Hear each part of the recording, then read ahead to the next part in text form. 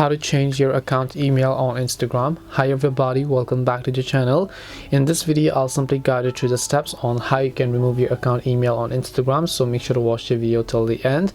In order to remove your account email on Instagram, all you have to do is simply launch the Instagram app first. Then once you launch the Instagram app, you're gonna see this type of interface where you just have to tap the little profile icon from the bottom right hand side of the screen. Then just tap the three lines icon from the top right hand side. Then you simply want to go to settings.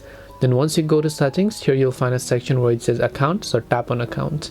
Then once you tap on account, over here you'll find all these sorts of information, where at the top you'll find personal info, so tap on personal information.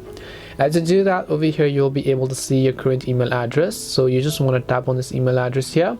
Once you tap on the email address, all you need to do is simply make sure to enter the new email address that you want to use. Tap the little check button from the top right, and then the email address will be successfully changed on Instagram. Now that's it on how I can go ahead and simply change my email address on Instagram.